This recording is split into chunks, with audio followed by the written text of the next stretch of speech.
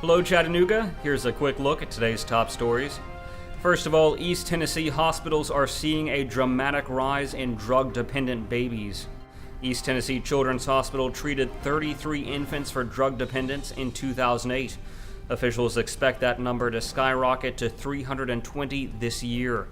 Drug-dependent infants can face excruciating pain, have trouble eating and sleeping, and in the worst cases suffer from seizures.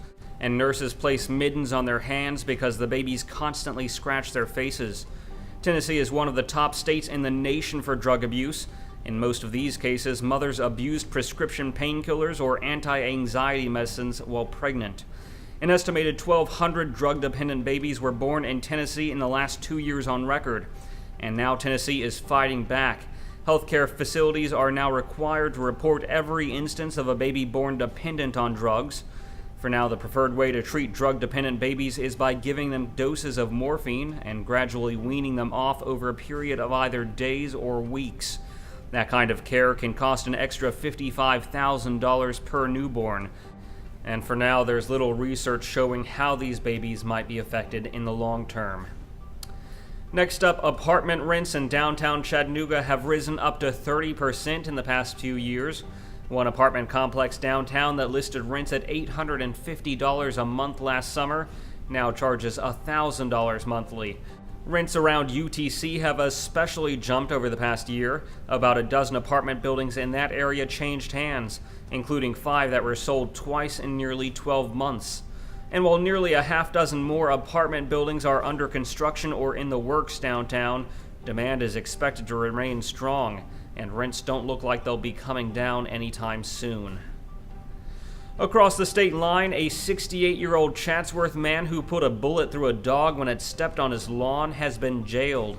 James Yawn was charged with aggravated cruelty to animals and discharging a firearm near a road. But neighbors say this isn't the first time Yawn has shot at pet dogs. Deputy Diane Franklin said she watched him dragging a dog that appeared to be dead across his yard. A few minutes later, he called officers to say that a dog had been hit by a car. He later admitted he shot the dog with a 5mm handgun. In business news, a Chattanooga-based hotel development company is building a 4-story office downtown. Vision Hospitality Group's new $4.2 million corporate headquarters will go up on Broad Street and should be finished by next spring. Also, folks who visit Paradise Garden in Summerville, Georgia this June for the annual Finster Fest will be greeted by a new museum. The museum is tucked away behind Howard Finster's former studio and will include a media room to show visitors video of the artistic minister.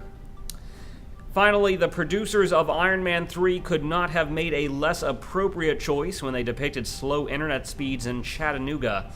In the course of the movie, Tony Stark gets frustrated in his search for sufficient internet here, but ironically, Chattanooga is home to the fastest internet speeds in the nation. The inaccurate portrayal set Chattanoogans on Twitter, sending out tweets like, "Please tell Tony to come for a real visit to Chattanooga," and "Hey Iron Man, don't diss our internet." Nevertheless, city officials were only too happy to piggyback on the film's popularity, taking the opportunity to score some free publicity. The Chamber of Commerce sent a news release to national media, and since then almost 200 media outlets around the country have published the story, including Forbes, CNET, and the San Francisco Chronicle. Turning to weather, today will be sunny with a high near 70 degrees. The low tonight will be around 45. I'm Harrison Keeley. For more on these stories and updates throughout the day, follow us on Facebook and visit timesfreepress.com.